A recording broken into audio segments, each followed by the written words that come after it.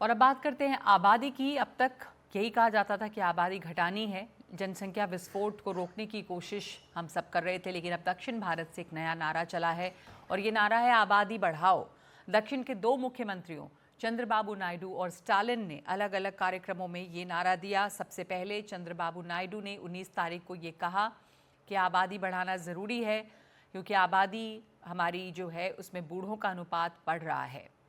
2047 तक युवा आबादी का लाभ मिलेगा और उसके बाद से बूढ़ों की तादाद बढ़ने लगेगी। 2 से कम बच्चे हुए तो आबादी घटेगी, अगर 2 से ज़्यादा बच्चों को जन्म दें तभी आबादी बढ़ेगी। और इसके 2 दिन के बाद यानी कि कल एम.के. स्टालिन ने चंद्रबाबू नायडू की बात को एक राजनीतिक आयाम दे दिया। वो 31 जोड़ों के सामूहिक विवाह के आयोजन में बोल रहे थे और संसद के परिसीमन से छोटे परिवार की धारणा बदलेगी, ये उन्होंने कहा है, क्योंकि परिसीमन होने की बात है, संसद की जो साइज़ है उसमें जो सीटें हैं उसके बढ़ने की बात है। तो अगर ये होता है तो फिर छोटे परिवार की जो धारणा है वो बदल जाएगी, क्योंकि दंपति चाहेंगे कि ज़्यादा से ज़्यादा बच्चे हों। पहले 16 तरह की संपत्ति का आशीर्वाद मिलता था, इसका अर्थ ये नहीं था कि 16 बच्चे पैदा करो, लेकिन अब ऐसे हालात हैं या होंगे कि लोग इसी तरह सोचेंगे, यानी 16 बच्चे पैदा करने की बात सोचेंगे। तो क्या ये मुद्दा लोकसभा के परिसीमन से भी जुड़ा है? राजनीतिक है, क्योंकि ये लोकसभा परिसीमन जो है वो होना है। ये इससे क्या होगा और दक्षिण में इससे परेशानी क्यों है, दक्षिण के नेताओं की चिंता क्या है? आबादी के हिसाब से परिसीमन होना है और जिन राज्यों की आबादी ज़्यादा है वहाँ लोकसभा की सीटें ज़्यादा हो जाएंगी, जहाँ आबादी कम है वहाँ पर सीटें कम होंगी। यानी देश में दक्षिण भारत का प्रतिनिधित्व घटेगा, क्योंकि दक्षिण भारत में आबादी घट रही है। पॉपुलेशन कंट्रोल के मामले में दक्षिण भारत जो है वो नेतृत्व में रहा है। कितना घटेगा एक अनुमान है जिसे समझने की कोशिश करते हैं। 2026 के बाद लोकसभा में डिलिमिटेशन होना है, जो लोकसभा की सीटें 543 से बढ़कर 753 हो सकती हैं। 2026 में भारत की अनुमानित आबादी 1.42 अरब होगी और इसी के हिसाब से सीटें बढ़ेंगी। कर्नाटका में सीटें बढ़ेंगी, तो दक्षिण भारत की बात पहले हम देखें। कर्नाटका में सीटें 28 से 36 हो जाएंगी, 8 सीटें बढ़ेंगी। तेलंगाना की सीटें 17 से 20 हो जाएंगी, तो यहाँ पे बस 3 सीटें बढ़ेंगी। आंध्र प्रदेश की सीटें 25 से 28 होंगी, यहाँ भी 3 सीट बढ़ेगी। और तमिलनाडु की सीट जो है वो 39 से 41 हो जाएगी, यानी कि सिर्फ 2 सीट। और केरल की तो सीट घट रही है, 20 से 19 हो जाएगी, यानी कि 1 सीट यहाँ पे कम हो जाएगी। लेकिन यही अगर आप उत्तर भारत देखें तो मामला एकदम अलग है। उत्तर प्रदेश में सीटें बढ़ रही हैं, 80 से 128 सीटें हो जाएंगी, यानी कि 48 सीट ज़्यादा। बिहार में 40 से बढ़कर 70 सीटें हो जाएंगी, यानी कि 30 सीट ज़्यादा। मध्य प्रदेश में 29 से बढ़कर 47 सीटें हो जाएंगी, 18 सीटें ज़्यादा। राजस्थान में भी 19 सीटें बढ़ेंगी, 25 से बढ़कर 44। तो अब इसको देखने के बाद समझ में आता है कि दक्षिण के नेताओं की असली फिक्र जो है वो क्या है, क्या इन बयानों के राजनीतिक मायने हैं और क्या इसे परिसीमन से जोड़ा जा सकता है।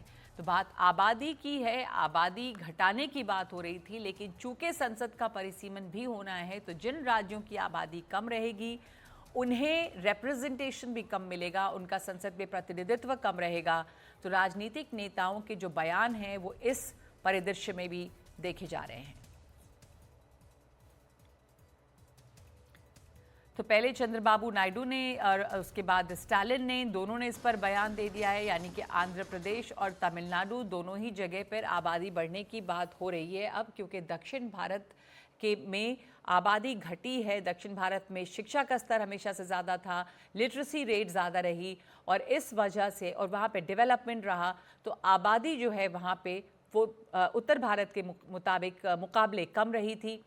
खास करके केरल में आप देखें कि वहाँ पे तो आबादी घटी है, इसलिए अगर संसद का परिसीमन होता है तो केरल की जो सीटें हैं वो कम हो रही हैं, 1 सीट कम हो रही है केरल में। और दक्षिण राज्यों की जो बाकी सीटें हैं वो कुछ बढ़ रही हैं, लेकिन कम बढ़ रही हैं उत्तर भारत की तुलना में।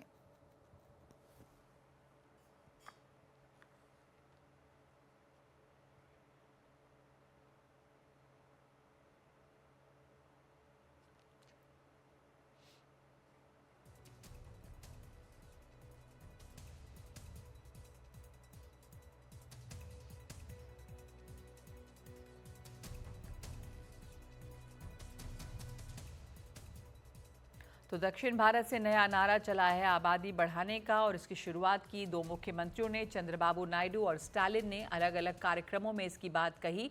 सबसे पहले तो 19 तारीख को चंद्रबाबू नायडू ने ये कहा था कि आबादी बढ़ाना ज़रूरी है, इसलिए भी क्योंकि एक एजिंग पॉपुलेशन देखी जा रही है, आबादी उम्र जो है लोगों की बढ़ रही है और 2047 के बाद से जो बूढ़ों की तादाद ज़्यादा होगी। तो इसके क्या राजनीतिक मायने हैं? मेरे साथ जुड़ गए मेरे सहयोगी अखिलेश।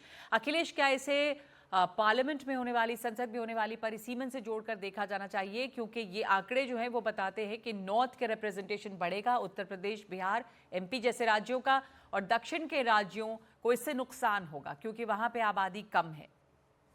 देखिए नगमा, ये जो तर्क है ये काफी लंबे समय से दिया जाता रहा है। यही कारण है कि जो डिलिमिटेशन की एक्सरसाइज होनी थी उसको रोका गया था। पिछली बार भी उस पर फ्रीज जो है वो इसीलिए किया गया था क्योंकि ये दलील थी कि इससे जो उत्तर भारतीय राज्य है जहाँ पर की जनसंख्या ज्यादा है वहां पर लोकसभा की सीटें बढ़ जाएंगी, और दक्षिण भारतीय राज्य जिन्होंने की जनसंख्या नियंत्रण किया, जिन्होंने की फैमिली प्लानिंग की जो स्कीम से जो गोल था उसको उन्होंने जमीन पर उतारा, उन्हें इस तरह की जो है नुकसान उठाना पड़ेगा। तो ये दलील कई बार पहले भी दी जा चुकी है। एक बार फिर से ये दलील तब दी गई थी जब डिलिमिटेशन की बात चली थी।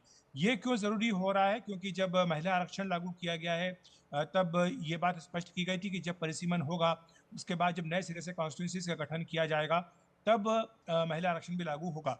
इसी के साथ जनगणना जो है वो अब माना जा रहा है कि अगले साल जनगणना की जा सकती है। जनगणना पूरी होने के बाद परिसीमन की जो कवायद है उसको सरकार शुरू करेगी। तो ये मोटे तौर पर बात सामने आ रही है, लेकिन दक्षिण भारतीय राज्यों की चिंता एक बार फिर से सामने आई है।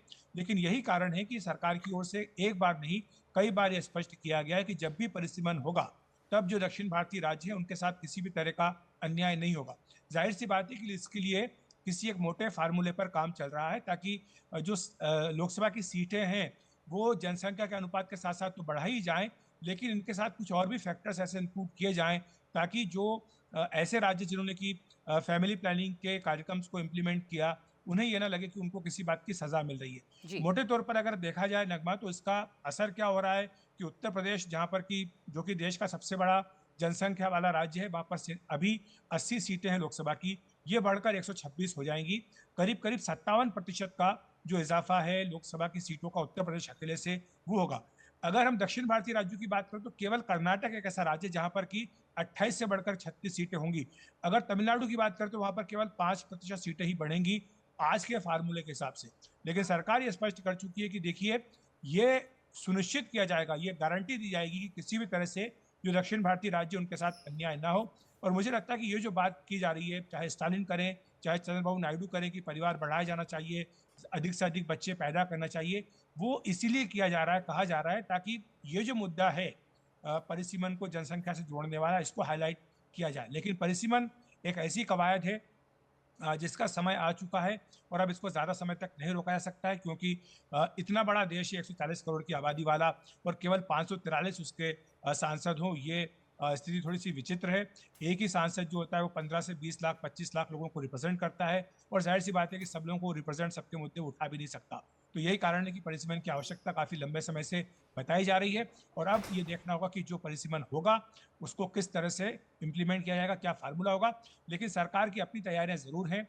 जो नया संसद भवन बनाया गया उसको भी इसी तरह से बनाया गया ताकि जो परिसीमन के बाद लोकसभा की संख्या बढ़ेगी उसके हिसाब से सदस्य, नए सदस्य और बड़ी संख्या के सदस्य वो आसानी तो से वहां पर बैठ सकें। जी, धन्यवाद आपका अखिलेश। जैसा आप कह रहे हैं कि परिसीमन की ज़रूरत ज़रूर है क्योंकि आबादी बढ़ी है, लेकिन 2026 तक परिसीमन की बात है, पर उस पर क्या फॉर्मूला होगा कि दक्षिण के राज्यों को जहां पे आबादी कम रही है, जिन्होंने इस पर काम किया है कि आबादी को बहुत ज़्यादा नहीं बढ़ाया जाए, उनको ऐसा ना लगे कि उन्हें इस बात की सज़ा मिल रही है। तो इस तरह के फॉर्मूले पे बातचीत कोई चल रही है और इसका कोई समाधान निकाला जाएगा। लेकिन इस समय दक्षिण के दो बड़े राज्यों के जो नेता जनसंख्या बढ़ाने की बात कर रहे हैं उसे परिसीमन से जोड़कर देखा जा रहा है। 5 की बात में एक ब्रेक लेंगे हम।